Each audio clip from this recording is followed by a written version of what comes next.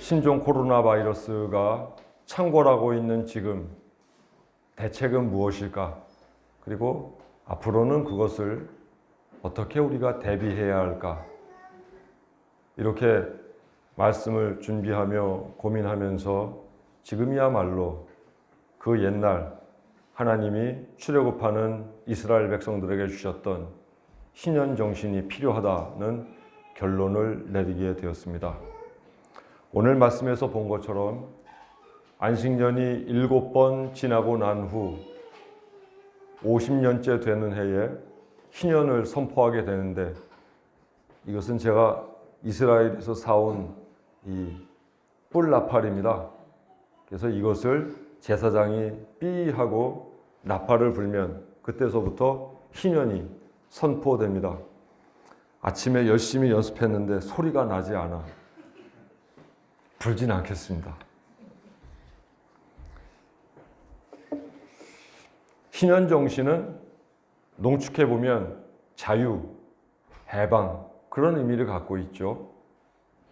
근데 이 레위기에 나온 신현 정신이 위대한 것은 자유와 평화라고 하는, 안식이라고 하는 개념을 인간에게만 적용하지 않고 우리가 무생물처럼 여기는 땅에게도 적용하고 또 짐승들, 가축들에게도 그것을 적용하고, 사람들로 치자면 우리 집 식구뿐만이 아니라 종살이하는 노예들도, 또 외국에서 일하러 온 거류민들, 나그네 외국인들에게까지도 신년을 선포하고 있다고 하는 거죠.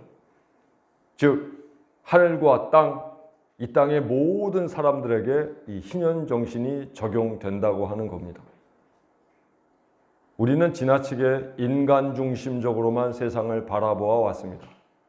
내게 이익이 되느냐 안 되느냐에 따라 개발을 하기도 하고 또 파괴하기도 하고 하면서 우리는 그렇게 산업화의 길을 걸어왔습니다.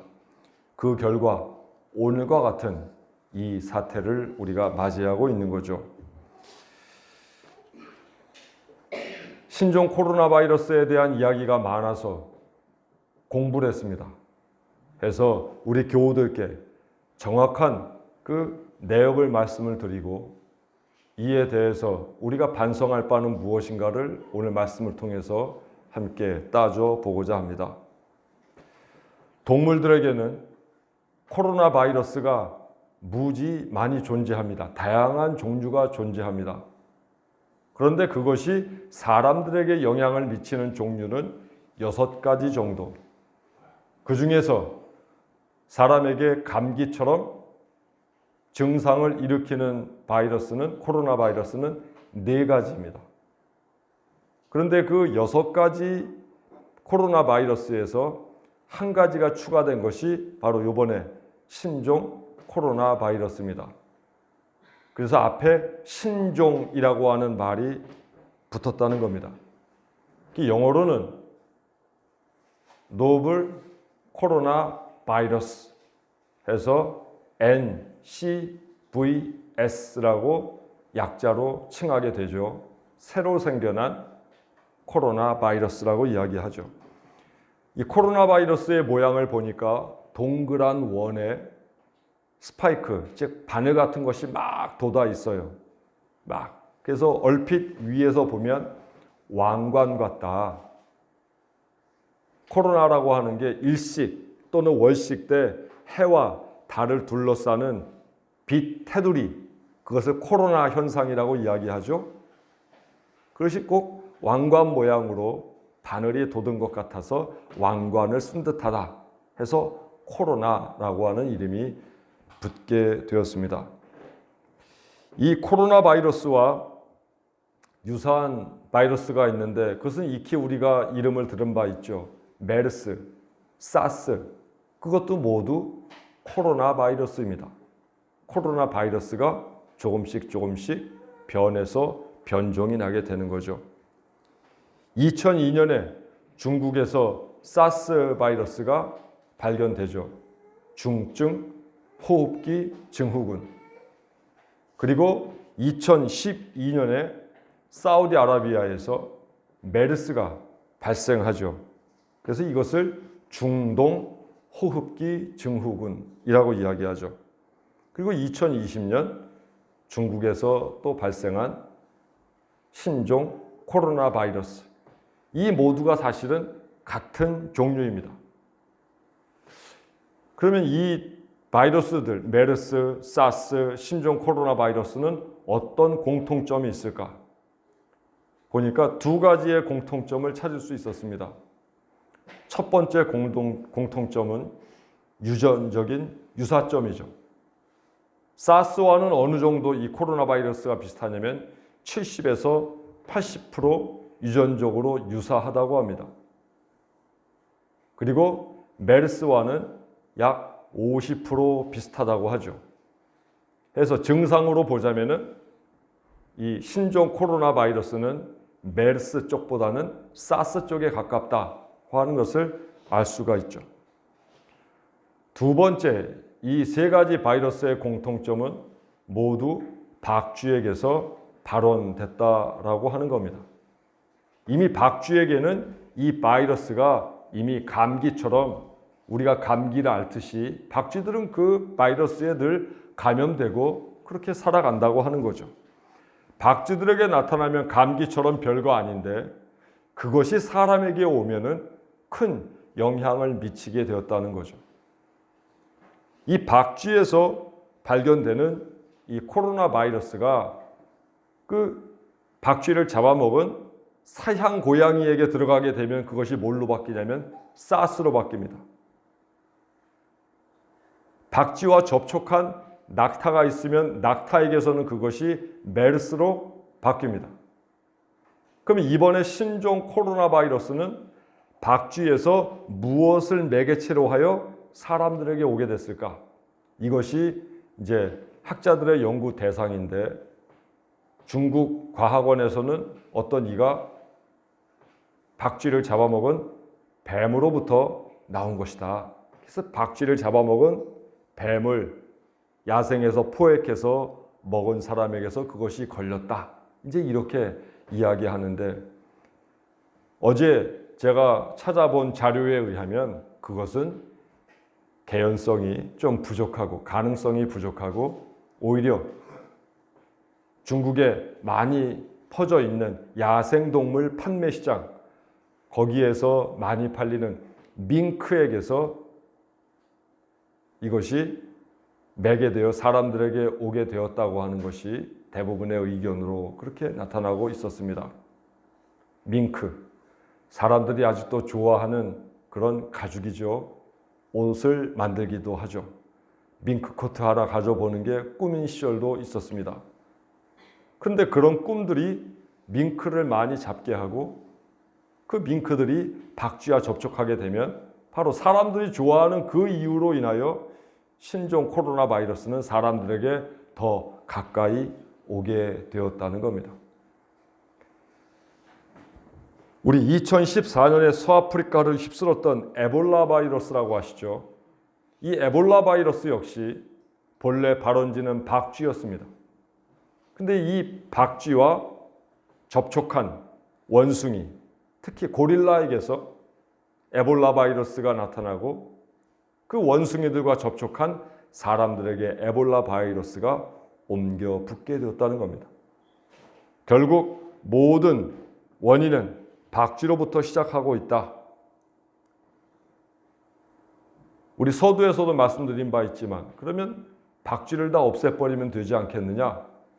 라고 얘기하겠지만 그건 아주 단순한 생각이죠. 유치원 아이와 같은 발상이죠. 왜냐하면 박쥐가 하는 유익한 일들이 생태계에는 또 많기 때문입니다. 박쥐가 잡아먹는 해충, 박쥐가 잡아먹는 모기, 그런 모든 것들을 합쳐보면 오히려 박쥐가 일으키는 폐해보다 박쥐가 생태계, 최종적으로는 인간에게 일으키는 이익이 훨씬 더 많다는 걸 알 수가 있어요. 보다 근본적인 문제는 무엇인가에 대해서 이 시점에서 우리 인간들은 고민해 보아야 합니다. 이렇게 많은 바이러스들이 그러면 왜 사람들에게서 창궐하게 됐을까? 그 이유는 단 한 가지, 인간이 동물의 영역으로 너무 가까이 들어갔기 때문입니다. 동물이 살아야 할 영역과 인간이 살아야 할 영역이 분명히 구별되어야 하는데 그 경계가 허물어지고 인간들이 밀고 들어가 동물의 영역을 침범했으므로 어쩌면 우리 인간들이 역공을 당하고 있는지도 모른다는 것입니다. 우리는 무한히 농토를 확장해 왔습니다. 지금도 브라질 아마존에서는 그 많은 열대 우림들이 잘려나가고 또 더 많은 소고기를 얻기 위하여 목장을 만들기 위해 그것을 화재로 불태워버리고 있습니다. 인간이 동물의 영역으로 들어가고 있는 것입니다. 호텔을 짓기 위하여 동물들이 사는 전망 좋은 자연환경 속에 사람들은 개발에 개발을 더하고 있습니다. 제주도에서도 그 아름다운 비자림로가 다 베어지고 거기에 도로를 낸다고 합니다. 편리하게야 다닐 수 있지만 그것이 인간이 동물의 영역을 침범하는 것이 되어 훗날 어떤 결과를 우리에게 또 불러올지 모른다는 겁니다. 이번에 아프리카를 가서도 보았지만 관광거리가 좀 있다고 하면 개발에 개발을 더하여 수많은 리조트와 호텔, 식당, 전망 좋은 곳에 다 마련하는데 그곳들 모두는 전부 동물들이 터전을 삼고 살던 곳이었습니다. 우리 동남아에도 그렇죠. 저기 자전거 길이 있는 모든 곳들, 그곳들은 전부 고라니의 서식지이고 고라니의 먹이터이고 고라니가 잠자는 곳이고 고라니가 사랑을 나누는 곳입니다. 고라니는 산에 사는 동물이 아닙니다. 고라니는 물이 있는 야트막한 그런 물가에 사는 동물입니다. 그런데 거기다가 사람들은 집을 지었고 논을 만들었고 밭을 만들어서 농사를 지었습니다. 그러니 고라니는 자연히 물가와 숨을 수 있는 산을 오가며 살게 되었고 그런 과정 속에서 농사 짓는 밭을 침범하게 되고 숲을 들어갈 수 없으니 결국 사람들이 심어놓은 배춧잎을 뜯어먹을 수밖에 없다는 거죠. 결국 인간들이 고라니의 영역을 침범해 놓고는 요즘은 고라니가 너무 많다 또는 고라니가 우리 집 밭을 다 망가뜨려 놓았다라는 말만 할 뿐 인간이 고라니의 삶의 영역을 침범한 것에 대해서는 누구도 스스로를 반성하지 않는다는 겁니다. 결국 인간이 동물의 영역으로 들어갔다. 오늘 같은 사태를 보면 인간이 박쥐의 영역으로 너무 들어갔다는 겁니다. 그래서 인간이 키우는 인간과 연관이 있는 동물들이 박쥐와 접촉하는 경우가 더 많아졌다는 겁니다. 결국 신종 코로나 바이러스의 최종적인 책임은 동물의 영역을 침범한 인간에게 있다는 거죠. 지구온난화, 환경 파괴를 주도한 인간들의 탐욕이 결국 이러한 사태를 만들고 말았습니다. 원인을 박쥐에게 돌리는 것도 또 원인을 중국인들에게만 돌리는 것도 이것은 올바른 판단이 아닙니다. 그러면 그리스도인인 우리는 이 신종 코로나 바이러스 사태에서 신앙인으로서 어떻게 또는 어떤 생각을 가지고 이 세상을 살아야겠습니까? 물론 우리는 대책을 내놓을 수 있는 정치인도 아닙니다. 그런 힘도 없습니다. 또 그런 연구에 대한 능력도 없습니다. 그러나 우리가 할 수 있는 일은 있습니다. 그것은 성경을 통해서 우리 교우들께 말씀드리고 싶은 것, 그것은 신현 정신을 회복하자는 겁니다. 즉 사람에게도 휴식을 주고 자유를 주듯 동물들에게도 휴식과 자유를 주어야 한다는 그 인식과 철학을 지니고 살자는 겁니다. 신현 정신의 요체는 바로 안식일입니다. 안식일, 하나님께서 천지를 6일 동안 창조하시고 7번째 날 쉬신 그 안식일이 발전돼서 7년에 한 번씩 쉬는 안식년이 되었고, 이 안식년이 발전되어서 7년 곱하기 7 해서 50년째 되는 해 희년이 되었습니다. 결국 희년 정신은 하나님의 안식일과 맞닿아 있습니다. 안식일에는 사람도 쉬고 짐승도 쉬어야 합니다. 사람과 짐승이 일하지 않으니 땅도 쉬게 되는 거죠. 우리는 땅을 무생물로 보지만 성경은 땅을 생물로 봅니다. 좋은 농부는 땅을 생물로 보고 땅과 대화를 합니다. 나쁜 농부는 땅을 무생물로 보고 땅을 지배하려고만 합니다. 좋은 농부는 땅과 대화하죠. 땅과 인격적인 관계를 가지고 살아가게 됩니다. 좋은 농부는 자기 논과 밭의 흙을 봄이면 입에 넣고 맛을 보죠. 신맛인가? 무슨 맛인가? 그러나 나쁜 농부는 한 번도 그 땅에 대하여 맛을 보거나 인격적으로 대화하지 않습니다. 결국 신현정신이란 땅을, 하늘을 인격적으로 대하고 내 집의 종이든 노예든 또 내 집에서 키우는 짐승이든 밖에서 있는 짐승이든 모두를 인격적으로 대하는 바로 그 정신, 그것이 신현정신입니다. 남종도 쉬고 여종도 쉬는 겁니다. 고향을 떠나 타향에서 살고 있는 나그네들, 우리 찬드라와 같은 이들도 역시 쉬게끔 만들어주는 겁니다. 나는 한국인, 너는 외국인, 그렇게 가르는 게 아니라 우리는 하나님의 품 안에 살아가는 온 생명이라고 여겨줄 수 있는 것, 그게 신현 정신입니다. 안식년은 그래서 사람이 쉬고 짐승과 가축이 쉬니 결국 땅도 쉬게 하는 해입니다.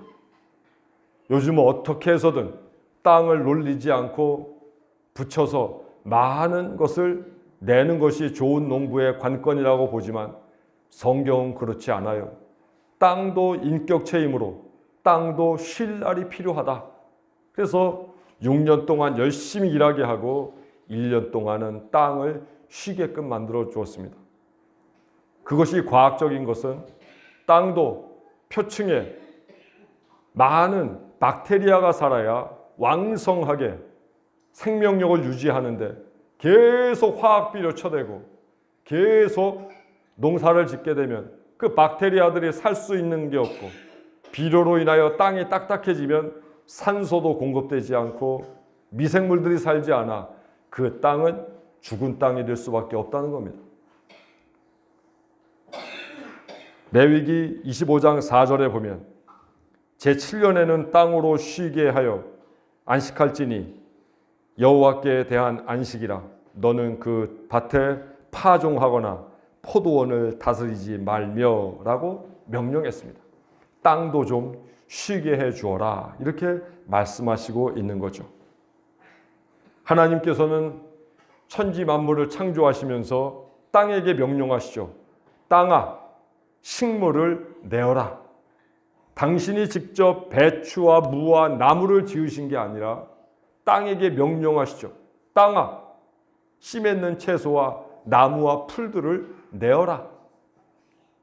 결국 하나님이 땅에게 명령하신 이유는 땅도 역시 하나님과 창조의 동반자가 되었다는 겁니다.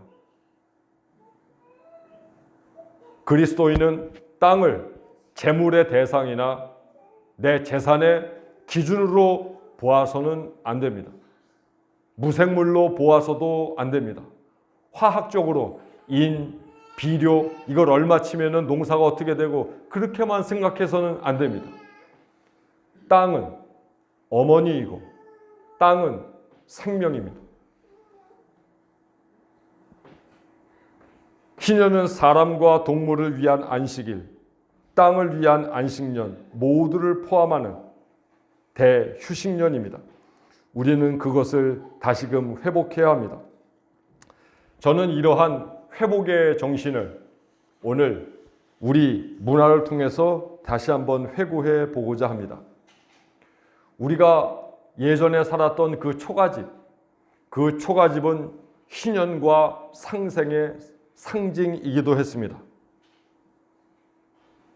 초가는 농촌에 많이 무진장하게 널려 있는 짚을 이어서 만든 지붕을 지니고 있습니다.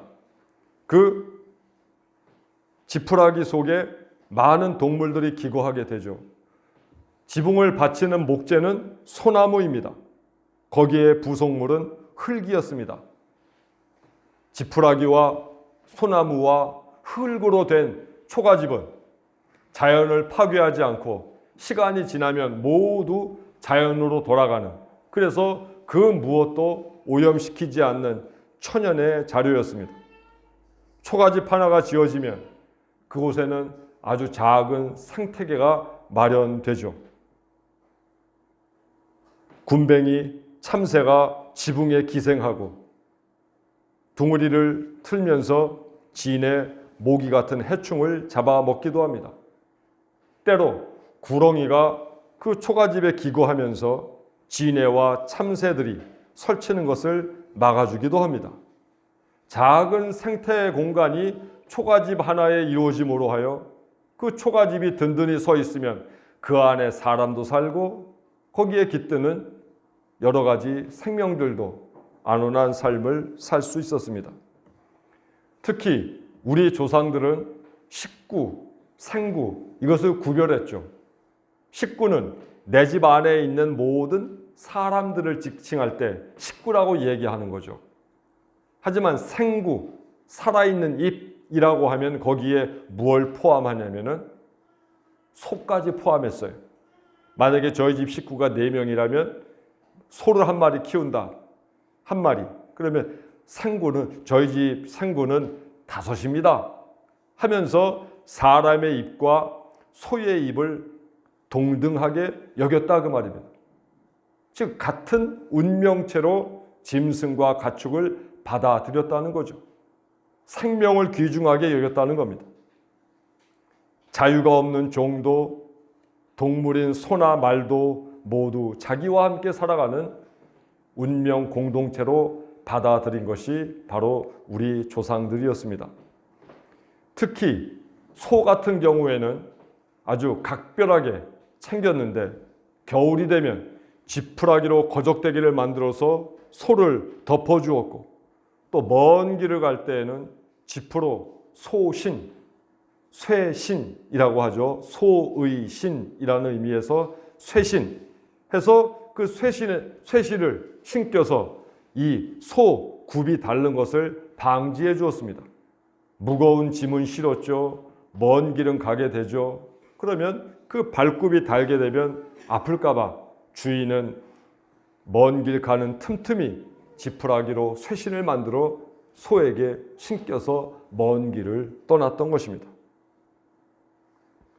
이런 상생의 정신이 있었을 때 소와 또는 가축과 인간이 평화롭게 공존할 수 있었습니다. 사람의 영역과 소의 영역을 구분해주고 소의 영역에는 침범치 않고 사람의 영역에 대해서는 또 자기가 보살피면서 사는 바로 공존, 공생의 삶이 이루어질 수 있었다는 겁니다. 그런데 요즘은 어떻습니까? 우리가 먹는 치킨은 며칠 만에, 부화한 지 며칠 만에 출하되죠? 30일에서 45일 만에 출하되죠? 근데 닭의 평균 수명은 몇 년인지 아십니까? 오래 사는 닭은 15년, 평균 수명은 10년.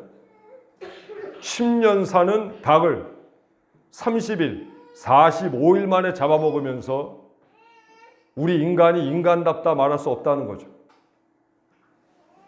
치킨을 먹기는 먹지만, 닭을 먹기는 먹지만 그래도 그에 대한 반성은 꼭 기억해야 한다는 겁니다. 다 같이 따라하시죠. 닭의 수명은 10년이다. 앞으로 영계 찾지 마시고 좀 늙은 닭 좀 찾으십시오. 그러면 닭이 좀 더 오래 살 거 아닙니까?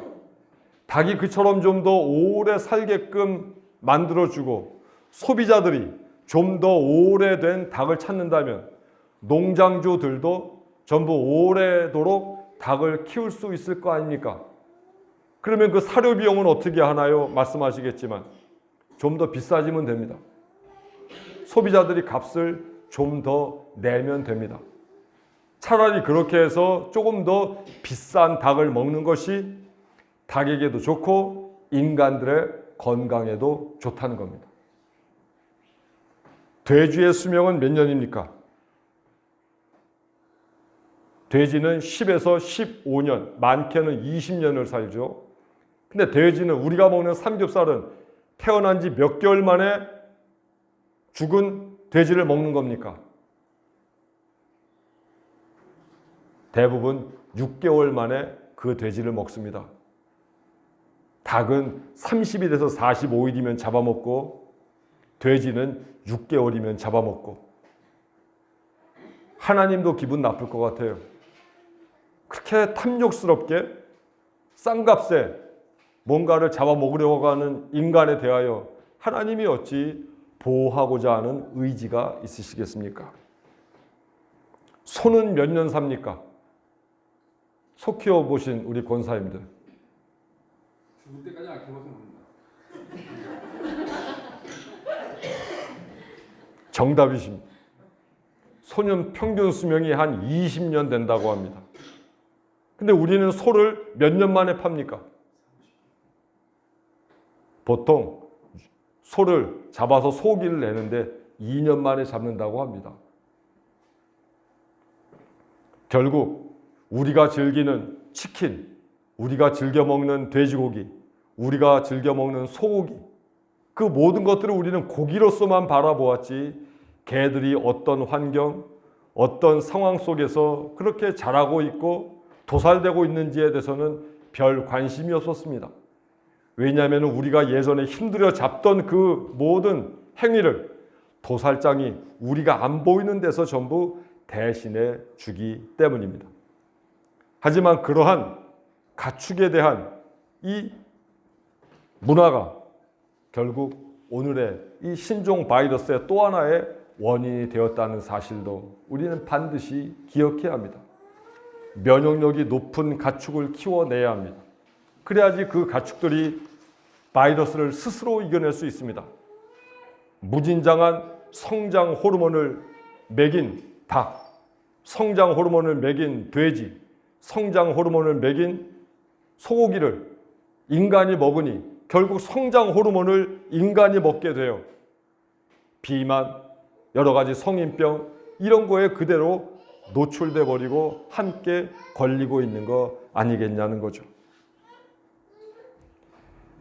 70년 전의 닭은 평균 한 700g에서 800g, 그러니까 1kg가 채 되지 않았어요.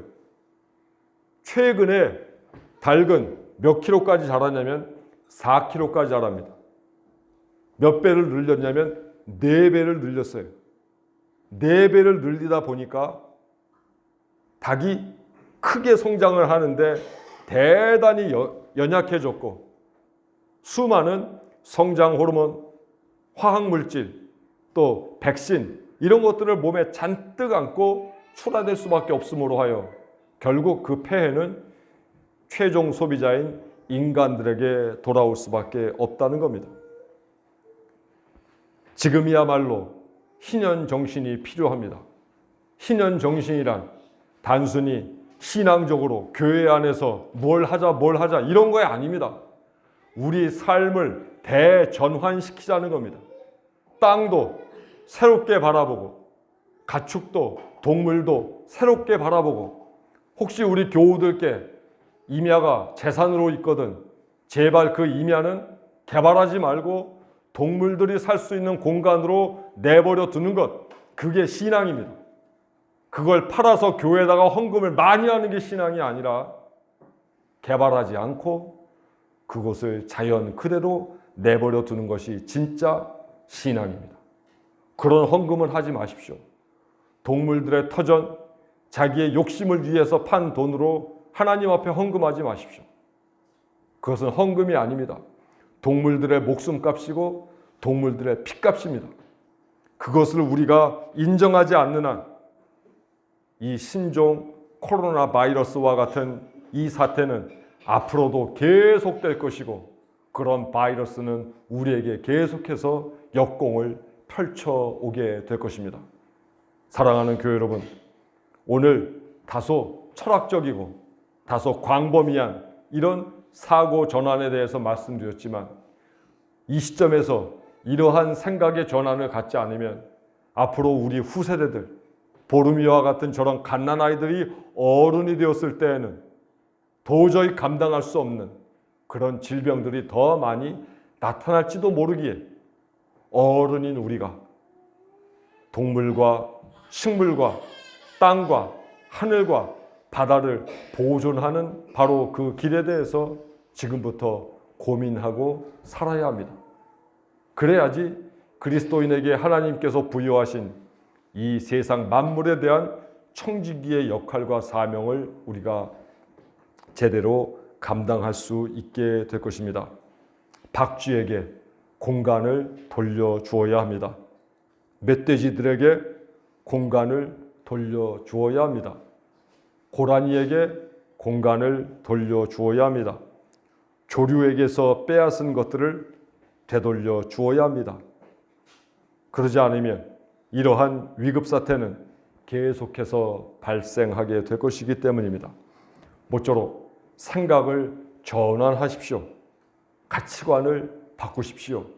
신앙이란 자기가 이제껏 생각해왔던 그 가치관을 하나님 쪽으로 변화시키고 바꿔버리는 겁니다. 그 생각을 바꾸지 않는 한 신앙은 결코 우리 속으로 들어가지 못합니다. 입에 풀칠하고 당장 내게 이익이 되고 안 되고에 대해서만 관심을 가지면 어쩌면 그것이 우리의 목숨값이 될 수도 있습니다. 모쪼록 지금 신종 코로나 바이러스가 창궐하고 있는 지금이야말로 이 희년정신이 필요하다는 사실을 꼭 기억하시고, 우리 교우들께서는 사람과 동물과 식물과 땅과 물과 하늘이 공존하는 그 길은 무엇일까?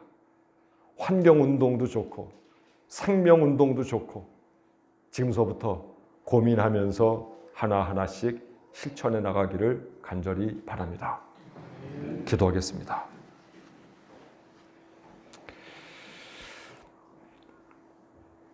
신종 코로나 바이러스가 발생하자 박쥐들을 욕하기에 급급했습니다. 몰려오는 중국 사람들을 막고 그들을 내쫓기에 급급했습니다. 그러나 그것이 근본적인 해결점이 아닌 것을 오늘 말씀을 통하여 깨달았습니다. 인간은 인간의 영역을, 동물은 동물의 영역을 확보하며 살아가는 그 평등과 평화로운 세상에 도래케 하옵소서. 경제의 논리로 마구 산과 들과